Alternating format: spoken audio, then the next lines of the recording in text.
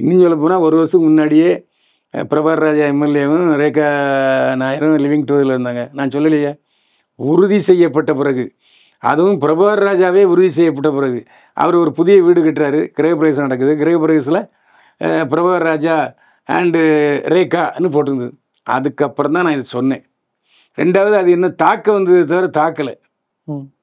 அதாவது இவ்வளோ பெரிய உருவத்தை புழுக்க எதிர்த்து அடிக்கும்போது நான் ஏன் சும்மா இருப்பேன். ஸோ ட்ரை பண்ணிச்சு, அவ்வளோதான். அதேமாரி நான் என்ன சொன்னேன், நீ என்ன பேசினாலும் நான் அதை பதில் பேச மாட்டேன்ப்பா, நீ மோசமாக பேசிகிட்டு இருக்க. பக்கத்தில் அவங்க டைரக்டர், அந்த படத்தோட டைரக்டர் பார்த்திபன் இருக்கார், அவர்கிட்ட போய் கேட்போம், வா அவர் என்ன சொல்கிறாரு நான் கேட்குறேன்னு. வரமாட்டேன்னுச்சு. அதுக்கப்புறம் திருவான்மீர் போலீஸ் ஸ்டேஷன் பார்க்கலாம் இருக்குது. நானே காரில் கொண்டு உன்னை ஸ்டேஷனில் விட்றேன், நீயும் கம்ப்ளைண்ட் கொடு, நானும் கம்ப்ளைண்ட் விடுவோம், விசாரிப்போம், பிரச்சனை முடிஞ்சுன்னு. அப்பவும் வரமாட்டேன்னுச்சு. ஸோ அங்கே விசாரணைக்கு பயந்து தான் அது ஓடிடுச்சு. அதுதான் உண்மை. ஆனால் அதில் ஒரு என்ன ஒரு மனிதாபிமானத்தில் என்ன, ஒரு கேமரா எடுத்துகிட்டு இருந்தேன். அதாவது ஃபோனில் எடுத்தான். இந்த ஃபோனை நான் பிடிங்கி வச்சுக்கிட்டேன். அவன் பின்னாலே ஓடியாந்தான். அப்புறம் என் நண்பர்கிட்ட சொன்னாங்க, கழுவியை கொடுத்து விடுங்க எதுக்கு அப்படின்னாங்க. அதனால் வந்தவனை தான் அந்த வெளியே போட்டான். அந்த ஃபோனை கூட நான் இப்போ அதை எரேஸ் பண்ணியிருந்தேன்னா அது யாருக்குமே பார்த்துருக்க முடியாது. அதனால் அது நான் ஒரு மனிதாபிமானத்தோடு நடந்து கொண்ட பனிஷ்மெண்ட்டை நான் அனுபவித்தேன், அவ்வளோதான். அது ஒன்றும் தப்புன்னு நான் நினைக்கவே இல்லை. என் கூட எல்லாருமே ரொம்ப பொறுமையாக இருந்தீங்க வேளாண் அப்படின்னு தான் எல்லாருமே சொன்னாங்க. தொடர்ந்து இந்த நடிகைகள் அரசியல் பக்கமும் இந்த எம்எல்ஏ அவங்கள மந்திரிகள் அவங்களோட சார்ந்தே மூவ் ஆகிட்டு இருக்காங்க சார். அது எப்படி பார்க்குறீங்க? இல்லை, எல்லாரும் சொல்லாதீங்க. அதாவது தங்களுக்கு தேவைப்படுகிறவர்கள் தாங்கள் செய்கிற சில விஷயங்களை மறைப்பதற்கு அந்த மாதிரி அவங்க பண்ணுவாங்க. மற்றபடி எல்லாரும் அந்த மாதிரி ஆளுங்கட்சியோட அட்டாச்மெண்ட்டாக இருக்க மாட்டாங்க. இப்போ ஒரு நடிகை ஒரு கட்சியில் சேர்றாங்கன்னு சொன்னால் அவங்களுக்கு பாதுகாப்பு தேடி அந்த கட்சிக்கு போவாங்க. மற்றபடி வேறு ஒன்றும் இல்லை. அந்த ரேகா நாயர் உள்ள எப்படின்னா, அவர் ஜிம் வச்சுருக்கார். பிரபாகர் ராஜா ஒரு ஜிம் வச்சுருக்காரு. அவரும் ஜிம் போவார். அவங்க அப்பா விக்ரமராஜா வணிகர் சங்க தலைவரும் ஜிம்முக்கு போவார். அந்த ஜிம்முக்கு போகிற நேரத்தில் அந்த ஜிம்முக்கு வந்திருக்கு, சப்ஸ்கிரிப்ஷன் கட்டிட்டு ஒர்க் அவுட் பண்ணுறதுக்காக வந்திருக்கு. அப்புறம் 2 பேரும் பேச்சு அப்படியே நண்பர்களாகி, அப்புறம் காதலராகி, லிவிங் டுகெதர் ஆகி, அதுக்கப்புறம் அந்த தாய்லாந்து போய் 2 பேரும் 10 நாள் இருந்து வந்ததெல்லாம் உண்டு. அதெல்லாம் நடந்து, அதை கூட நான் சொல்லலை. தாய்லாந்து போயிட்டு வந்தாங்கங்கிறத கூட நான் சொல்லலை. இந்த கிரகப்பிரவேசம் பண்ணாங்க அப்படின்னு தான் சொன்னேன். ஏன்னா அவர் பிரபாகர் ராஜா குடும்பம் ரொம்ப கிறிஸ்தவத்தில் தீவிரவாதம் உள்ளவங்க, கிறிஸ்தவர்கள். இவர் திடீர்னு முருக பக்தர் ஆகிட்டார் பிரபாகர் ராஜா. அப்போ வடபழனி முருகன் கோயிலேருந்து ஒரு ஃபோட்டோ வாங்கிட்டு வச்சுருக்காரு வீட்டில். அப்போ அவங்க ஒய்ஃப் தயாராக பண்ணிருக்காங்க, எடுத்து போய் உடச்சிட்டாங்க. அதுலேருந்து கருத்து வேறுபாடு ஆச்சு. அதுக்கப்புறம் டைவர்ஸ் பண்ணுறதுக்கு நோட்டீஸ் கொடுத்துட்டாரு பிரபாகர் ராஜான்னு சொன்னாங்க. அந்த அடிப்படையில் இன்றைக்கும் விக்ரமராஜாவுடைய அந்த தளத்தில் பிரபாகர் ராஜாவுடைய மூத்த மனைவியும் அவர் இருக்கிற ஃபோட்டோ தான் இருக்கும். இப்போ உள்ள ரேகா நாயர் ஃபோட்டோ இருக்காது. ரெண்டாவது அப்பாவுக்கும் மகனுக்கும் ஒரு சரியான உறவு இல்லை. இரண்டாவது பையன் பிரதாப் ராஜா தான் இப்போது விக்ரமராஜாவுக்கு துணையாக இருக்கார். சரி, இப்போ சில விஷயங்கள போல்டாக பேசுகிறீங்க, இதில் உண்மையாக இருக்குமா, இதுக்கு ஆதாரம் இருக்கா அப்படின்ற விஷயங்களை நீங்கள் பேசுகிறீங்க. இதனால் ஒரு சில பேர் உங்களை அட்டாக் பண்ணுறது, உங்களை தாக்குற அந்த மாதிரியான விஷயங்கள் ஏதாவது? இல்லை, அது 2 பேர் தான். ஒன்று ரேகா நாயர், இன்னொன்று ராதிகா வந்தாங்க.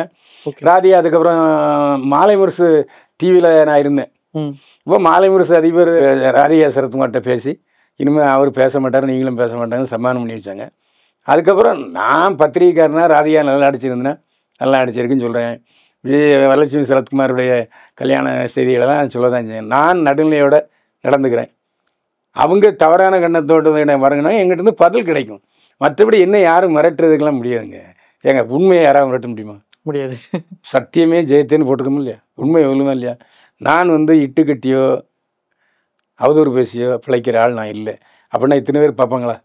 இந்த ஆள் டுபுக்கியா, துட்டை வாங்கிட்டு பேசுவாங்க சொல்லுவாங்க. ஸோ நான் இது வரைக்கும் நான் நடிகையாக இருந்திருக்கேனே தவிர, சில நேரங்களில் செக் வாங்குறதுக்காக, பணம் வாங்குறதுக்காக ப்ரொடக்ஷன் கம்பெனிக்கு போயிருப்பேன் தவிர, தேவையில்லாமல் ப்ரொடக்ஷன் கம்பெனிக்கு போகிறதோ, தேவையில்லாமல் இயக்குநர்கள்ட்ட வாய்ப்பு கேட்குறதோ கிடையவே கிடையாது. எந்த ப்ரொடக்ஷன் கம்பெனியும் நான் போனதே இல்லை. அதேமாதிரி என்னுடைய அந்த டக்குன்னு சினிமா கொஞ்சம் குறையும் போது டக்குன்னு இந்த பிளாட்ஃபார்ம் வந்துருச்சு, யூடியூப் பிளாட்ஃபார்ம் வந்துருச்சு. So I am happy no. எனக்கு நான் இப்போ வர்ற படம் சந்தனம் படத்துக்குள்ளே நடித்தேன். இப்போ 4-5 படத்தில் நடிச்சுக்கிட்டு இருக்கேன். அது அவங்ககிட்ட சொல்லிடுவேன், எப்போ அவனுக்கு ஏற்பு வரும், அதெல்லாம் ஒன்றும் இல்லை, நீ இந்த கேரக்டர் இந்த மாதிரி கேரக்டர்னே அப்படின்னு சொல்லுவாங்க. நடிக்கிறேன். ஆனால் நான் போய் யார்ட்டையுமே போய் வாய்ப்பு கேட்டதில்லை. சார் இப்போ சமீபத்தில் ஒரு அறிவிப்பு கொடுத்திருந்தார் விஷால் அவர்கள், வந்து நான் மேரேஜ் பண்ணிக்க போறேன், நீண்ட நாள் எப்படா ஆகும் அப்படின்னு சொல்லிட்டு இருந்த மாதிரி அவர் அறிவிப்பு கொடுத்துட்டாரு. இதை பத்தி எப்படி பாக்குறீங்க? அவர் ஏற்கனவே லிவிங் டுவர் நிறைய பேரோட வந்து தெரியும், உங்களுக்கு லவ் பண்ணது தெரியும், லவ் பிரேக்கு எல்லாம் தெரியும். அது வந்து பெரிய படமாக எடுக்கலாம், விஷாலின் திரு காதல்கள்னு. அதை விட்டுருங்க. இப்போ என்ன அவர் கல்யாணம் பண்ண போகிறார், புது மாப்பிள்ளை. தன்ஷிகா பத்திரிகையாளர்களோடய அறிமுகப்படுத்தி வச்சார். அன்னைக்கும் தன்ஷிகா வந்து ஒரு கவர்ச்சியாக தான் ட்ரெஸ் போட்டுட்டு வந்தாங்க. இப்போ என்ன பாராட்டுற விஷயம் என்னென்னா, தன்ஷிகா தொடர்ந்து நான் சினிமாவில் நடிப்பேன், சினிமாவில் நடிப்பதற்கு என்னுடைய கணவர் விஷால் சம்மதித்து விட்டாருன்னு சொன்னாங்க. அதேமாதிரி விஷால் என்ன சொன்னார், ஒரு நல்ல ஆர்டிஸ்ட்டு சாய் தன்ஷிகா, அதனால் என்னுடைய திருமணத்துக்கு பிறகும் சாய் தன்ஷிகா நடிப்பார் அப்படின்னு சொல்லிட்டாரு. இந்த கல்யாண விஷயம் எப்படி வந்துச்சுன்னா, இப்போ ஆகஸ்ட் மாதத்தில் நடேசன் கட்டிடம் திறக்க போகிறேன் அப்படின்னு சொல்லிட்டு இருக்காரு. கிட்டத்தட்ட நான் 75% வேலை முடிஞ்சிட்டுன்னு சொல்லிட்டாரு. அப்போ நடேசன் கட்டிடம் திறந்த பிறகு தான் நான் கல்யாணம் பண்ணுவேன்னு சொன்னார். அப்போ ஆகஸ்ட் மாதத்தில் நடேசன் கட்டிடம் திறக்க போகுது, உங்கள் கல்யாணம் என்னன்னொன்னே தடாலடியாக இந்த அறிவிப்பை அறிவிச்சிட்டார். ஆனால் சாய் தன்ஷிகாவை அவர் எங்கே காதலிச்சார், எப்படி பேசினார் என்னங்கிறலாம் இன்னும் அவர் சொல்லவே இல்லை. அந்த நாங்கள் எப்படி காதலிச்சோங்கிறது அவர் இன்னும் ஓப்பன் பண்ணலை. ஓப்பன் பண்ணாமல் நாம் எப்படி சொல்ல முடியும்? உங்களுக்கு தெரியுமாங்க சார்? அது தெரியாது. திடீர்னு சாய் தன்ஷிகாவை கல்யாணம் பண்ணிக்க போகிறேங்கிறது சரி, ஒரு நல்ல சரி ஏதோ இனியாவது செட்டிலானா பரவாயில்ல, 40 வயசுட்டு நெருங்குது என்ன, அதனால் அப்படி தான் நினச்சேன். மற்றபடி இவங்க ரெண்டு அந்த கிசுவே வரலையே. மற்ற நடிகைகளோடலாம் கிசு வந்துச்சு, சாய் தன்ஷிகாவோட அந்த கிசு வரவே இல்லை. பிரேம்ஜி மேரேஜ் பண்ணல, சிங்கிளா இருந்தாரு, அவரும் பண்ணிட்டாரு. விஷால் அவர்கள் அடுத்த அறிவிப்பு கொடுத்துட்டாரு. எஸ்டிஆர் மட்டும் இன்னும் தாமதமாவே இருக்காரு, இன்னும் சிங்கிளாவே இருக்கேன் அப்படின்னு. உண்மையுமே அவர் சிங்கிளா தான் இருக்காரா சார்? ஏங்க இதை பற்றி எத்தனையோ தடவை அழுதுட்டார் என் நண்பன் டி ராஜேந்தர். டி ராஜேந்தர் சாதாரணமாக இருக்கும்போது எனக்கு தெரியும், படம் இயக்குவதற்கு முன்னாடியே எனக்கு தெரியும். அப்படிப்பட்ட சூழ்நிலையில் டிஆரே என் பையனுக்கு கல்யாணம் முடியணும், நான் எத்தனை கோயிலுக்கு வேண்டிக்கிட்டு இருக்கேன்னு அம்மா, அதாவது டி ராஜேந்தரும் விஷால் ராஜேந்தரும் சொல்லிட்டாங்க. நம்மளால தான் இன்னும் தலையசைக்காமல் இருக்கார். பல கிசுகளை தாண்டி வந்துட்டார் சிம்பு. அதனால் அதெல்லாம் தெரிஞ்சு பரவாயில்ல, அப்படி இருந்தாலும் பரவாயில்ல, இனிமேல் திருமணத்துக்கு அப்புறம் நல்லா இருப்பாருன்னு ஒரு பெண்ணு நினச்சா தானே கல்யாணம் பண்ண முடியும். இவரும் எவ்வளவோ இடத்துல பொண்ணு பார்த்தாரு, அதாவது கொஞ்சம் வெல் டு டூ ஃபேமிலி பார்த்தாரு, அது சிம்புக்கு பிடிக்கல. என்ன ஏதாவது நல்ல ஒரு சூப்பர் ஹிட் படம் கொடுத்து கல்யாணம் பண்ணலான்னு பார்த்தா சமீபத்தில் தக்க லைஃபு டிக்ளைன் ஆகிடுச்சு. அதனால் அப்படியே அவர் துபாய் போயிட்டார். அதனால் இனி ஒரு சூப்பர் ஹிட் படம் கொடுத்துட்டு அந்த டைமில் அவருக்கு கல்யாண அறிவிப்பு வெளியிடுவாருன்னு நான் நினைக்கிறேன். ஏன்னா சிம்புவும் என் கூட ஒரு நல்ல தோஸ்தான ஆள் தான். அதனால் என்ன காரணம்னா, எந்த எதிர்பார்ப்பையும் நம்ம அவங்ககிட்ட போய் பண்ணலை.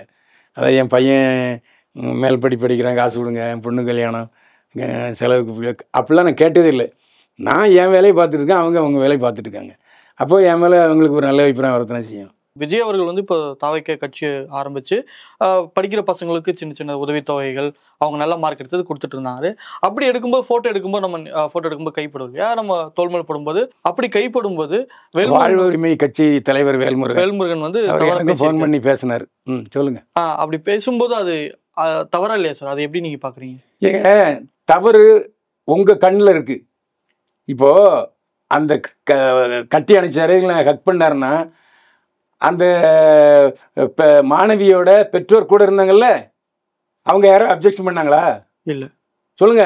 இல்லை சார். அவங்க அவரை வந்து தெய்வமாக பார்க்குறாங்க, என்னமோ ஒரு காண கிடைக்காத ஒரு பொருள்.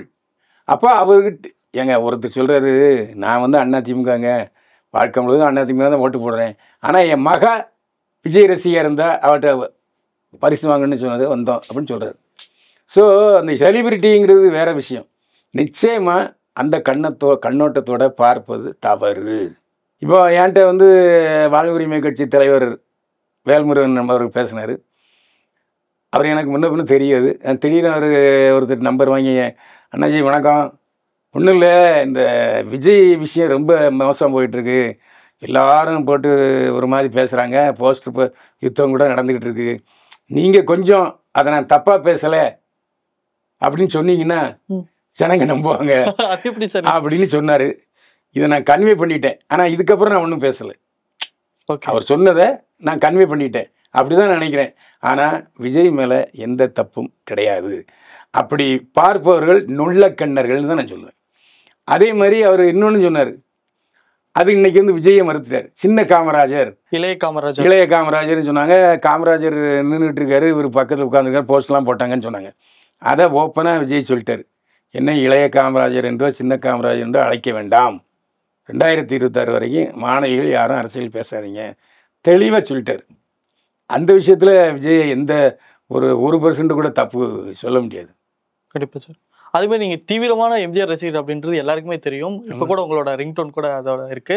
ஆனா இப்ப எல்லாருமே சொல்றாங்க எம்ஜிஆர் அவர்களுக்கு எந்த அளவுக்கு வரவேற்பு இருந்ததோ அவர் அரசியல் வரும்போது அதே வரவேற்பு விஜய் அவர்களுக்கும் இருக்கு அப்படின்ற மாதிரி சொல்றாங்க. அது போய் அதை நான் ஏற்றுக்கொள்ளவே மாட்டேன். என்ன காரணம் தெரியுமா? சூழ்நிலை எம்ஜிஆருக்கு உதவியது. யாருக்கும் சூழ்நிலை உதவணுங்க. அவருக்கு அந்த காலகட்டத்தில் கலைஞர் அரசு மேலே மக்களுக்கு ஒரு அதிருப்தி வந்துச்சு. சட்டம், அதாவது போலீஸ் உதைக்கிறது, சட்டம் ஒழுங்கு சீர்கிறது, அப்புறம் ஏகப்பட்ட லஞ்சம். எல்லோருமே, அதாவது டீ கடை பெஞ்சில் இருந்தவங்க எல்லாருமே, சிங்கிள் டீ குடித்தவங்க எல்லாருமே பெரிய லட்சாதிபதி ஆகிவிட்டார்கள். அதனால் அவர் கணக்கு கேட்டார். கணக்கு கேட்டதன் விளைவாக நீக்கப்பட்டார். நீக்கப்பட்டதன் விளைவாக தாமரைக்கொடி ஏற்றிட்டாங்க. தாமரைக்கொடி ஏற்றினவங்க பூரா எம்ஜிஆர் ரசிகர்கள்.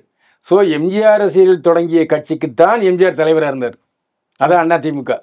ரெண்டாவது, அவர் வந்து 1950களிலேயே திமுகவுடைய தீவிரவாதி. அவர் காங்கிரஸ், அதாவது காந்தியுடைய காந்தியவாதியாக இருந்து அப்புறம் திராவிட கழகத்தில் வந்து அண்ணாவின் பேரால் அவர் வந்து அதாவது திமுகவில் இருந்தார். திமுகவில் பொருளாளராக இருந்தார், சிறுசேமிப்பு திட்டத்தினுடைய தலைவராக இருந்தார், மது கமிட்டி தலைவராக இருந்தார். அப்படி நிறைய அனுபவங்கள் அவருக்கு இருந்தது. ரெண்டாவது, அவர் சினிமாவில் இருந்துக்கிட்டே தமிழ்நாடு முழுக்க சுற்றுப்பயணம் பண்ணார் எம்ஜிஆர். அதனால் அவருக்கு அனுபவம் ஜாஸ்தி. 3 படங்களில் ஒரு படம் தோத்துச்சுன்னா உடனே தமிழ்நாடு பூரா டவுர் அடிப்பார். மக்களுடைய பல்ஸ் எப்படி இருக்குங்கிற அவர் தெரிஞ்சுக்கிட்டார். சூழ்நிலை சரியாக இருந்தது, மக்கள் அவருக்கு உதவினார்கள், கட்சி ஆரம்பித்தாங்க. அந்த சமயத்தில் என்ன நடந்துச்சு? ஒரு 2 வீலர் எம்ஜிஆர் படம்லாம் போக முடியாது, ஒரு லாரி எம்ஜிஆர் படம்லாம் போக முடியாது, ஒரு பஸ்ஸு எம்ஜிஆர் படம்லாம் போக முடியாது. அப்படியே இருந்துச்சு கட்சி தொடங்கின விஜய்க்கு. சொல்லுங்கள். ஆனால் மக்கள் பற்றியில் அதாவது இன்னைக்கு சென்னையில் பூரா சுற்றுங்க, எத்தனை விஜய் கொடி இருக்குது? தமிழ்நாடு வெற்றி கழக கொடி. அன்னைக்கு எல்லா தெருலையும், எல்லா தெருலையும் 4-5 கொடி இருந்துச்சு எம்ஜிஆர் கொடி. ஸோ புரட்சித் தலைவர் எம்ஜிஆரையும் தளபதி விஜயையும் சமமாக பார்க்கவே கூடாது. அவர் வேறு, இவர் வேறு, அதில் எந்த சந்தேகம் இல்லை. ஏன்னா அவரோட நான் பயணித்தவன். 72ல் கட்சி ஆரம்பிச்சதுலேருந்து நான் பயணிக்கிறவன். அன்னைக்கே அவர் அரசியல் தொடங்கிட்டார். தினசரி பத்திரிகைகளுக்கு பேட்டி கொடுப்பது, அப்போ தினசரி பொதுக்கூட்டங்களில் கலந்து கொள்வது. அன்னைக்கு 25 விசா வித்துக்கிட்டு இருந்தது ஒரு பத்திரிகை. இது அலைவரிசை 10 பைசா. அப்போ 1 ரூபா கொடுத்து வாங்கினேன் கீழுன்னு. 10 பைசா பத்திரிகையை 1 ரூபா கொடுத்து வாங்கின காலம்லாம் இருந்துச்சு. அப்புறம் காமராஜர் தலைவராக கொண்ட நவசக்தி காங்கிரஸ் நாளிதழ் கூட எம்ஜிஆர் செய்தியை போட்டுச்சு. அப்போ தமிழ்நாட்டில் பெரிய பத்திரிகையாக இருக்கிற தினத்தந்தியை போட மாட்டாங்க, ஏன்னா அவங்க கருணாநிதி ஆதரவாக இருந்தாங்க. ஆனாலும் எம்ஜிஆருடைய புகழ் மேலங்கிட்டே போச்சு. தொடங்கின சில மாதங்களிலே திண்டுக்கல் தேர்தல் வந்து ஜெயிச்சிட்டார். திண்டுக்கல் தேர்தல் வெற்றிக்கு பிறகு முதல்வர் கலைஞர் சொன்னதையோ, அமைச்சர்கள் சொன்னதையோ, திமுக அமைச்சர்கள் சொன்னதை அதிகாரிகள் கேட்கல. அப்போயே முடிவு பண்ணிட்டான் அடுத்த சிஎம் எம்ஜிஆர்னு. அவருடைய வளர்ச்சி இவ்வளோ பெரிய வளர்ச்சி இன்னைக்கு வரைக்கும் வெளியே வந்திருக்காரா? வரல. கோயம்புத்தூர் போயிருந்தாரு. அப்போ போயிருந்தாருங்க. ஏங்க அவரால் ஒரு 4 வார்த்தை தன்னை தம் பிடிச்சு பேச முடியலையே. எம்ஜிஆர் 1 மணி நேரம் பேசினார், சட்டசபையிலே 1 மணி நேரம் பேசினார். அந்த மாதிரி இன்னும் அவர் அந்த அந்த கப்பாசிட்டி, அந்த திறமையை அவர் வளர்த்துக்கல. 2026ல் அவர் முதல்வர் அப்படின்ற மாதிரி ஒரு அதை சொல்லு. ஏங்க ஆசைப்படுறவங்க ஆசைப்படுவாங்க, நம்ம நினைச்ச முடியும். அவரே சொல்லிட்டாரு, எம்ஜிஆர் கட்சி ஆரம்பிக்கும்போது கூட்டணி தான், நான் கூட்டணி அமைச்சு தான் போடுவேன்னு சொல்லவே இல்லை. தேர்தல் வரும்போது கூட்டணி அமைச்சார். அது தேர்தல் கூட்டணி, கொள்கை கூட்டணி அல்ல. இப்போ தமிழ்நாட்டில் உள்ள எல்லா கட்சிகளும் கொள்கை கூட்டணி அல்லவே இல்லை. தேர்தல் முடிஞ்சோடனே நீ யாரோ நான் யாரும் போயிடுவாங்க. எதுக்கிறதோ ஆதரிக்கிறதோ அந்தந்த கட்சியோட தலைவர்கள் விருப்பம். அப்படி இப்போ அவர் ஆரம்பத்தில் என்ன சொல்லிட்டாருன்னா, நான் கூட்டணி அரசு தான் அமைப்பேன். அப்போ இன்னும் அவர் சொல்லவே இல்லை. ஆனால் அதே சமயத்தில் அவர் அதிமுகவுக்கு எடப்பாடி தலைமையில் உள்ள அதிமுகவோட கூட்டணி வைப்பாருங்கிற ஒரு கணிப்பு வெளியே உலாவிட்டு இருக்கு. ஏன்னா இப்போ சமீபத்தில் சேர்ந்த ஆதவ கிருஷ்ணாவா ஆதவர்ஜுனா அவரை வந்து நீக்கி விட்டார். அவரை வந்து இப்போ கூட்டத்துக்கெலாம் கூப்பிட்றது இல்லை, மேடையில் உட்கார வைக்கிறது இல்லை. ஏன்? சும்மா வெளியில் அந்த ஆனந்தோட புஷி ஆனந்தோட பேசிட்டு வரும்போது எடப்பாடியை பொறுமையில் பேசிட்டார். அது வீடியோ எடுத்து எல்லாம் போட்டான். அன்னையிலேருந்து ஆதவ அர்ஜுனா வந்து வெளியே நின்றுட்டு இருக்காரு.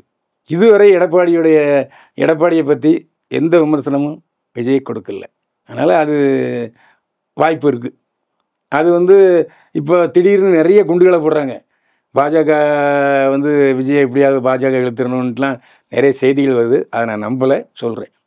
சரி, இப்போ படம் சம்பந்தப்பட்ட ப்ரெஸ் மீட்டாக இருக்கட்டும், ஆடியோ லான்ச்சாக இருக்கட்டும், இது எல்லாத்துக்குமே அரசியல் இருக்கக்கூடிய பிரபலங்களை வந்து கூப்பிட்டு இருக்காங்க. இது எந்த அளவுக்கு வந்து லாபமாக இருக்கும் சார்? நிச்சயமாக என்னை பொறுத்த வரைக்கும் லாபமே கிடையாதுங்க.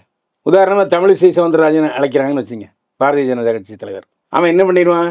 ஓஹோ, இது பிஜேபி ஆதரவு படம், நான் வரமாட்டேன்ப்பா அப்படின்னு சொல்லிடுவான். அதேமாதிரி தொல் திருமாவளவன் வந்தார்னு வச்சுங்க, அவர் அந்த படத்தை பற்றி ஆகா ஓஹோன்னு பேசினாருன்னா, ஓஹோ இது அந்த மாதிரி படமா, அட்ரா சக்க வரமாட்டான். அதேமாதிரி சீமான் வர்றாருன்னு வச்சுங்க, ஓஹோ சரி இது ஏதோ அரசியல் படம், நம்ம செட் ஆகாது. ஏன்னா சினிமா பார்க்குற 100% பேர் தங்களுடைய வெளிப்புற கவலைகளை மறந்து உள்ளே வந்தால் ஹாப்பியாக சிரிச்சோமா, ஒரு ஃபேமிலி ட்ராமாவை பார்த்தோமா போனோமான்னு இருக்கணும். சாதி பிரச்சாரமாக எந்த இடத்துல வைக்கணுமோ அந்த இடத்துல வச்சுங்க. எதுக்கடா சினிமாவுக்கு கொண்டாடிங்க? சினிமா எதுக்கு ஜாதி? சினிமாவில் யாருன்னா ஜாதி தெரியுமா? இப்போ உதாரணமாக வெற்றிமாறன் எந்த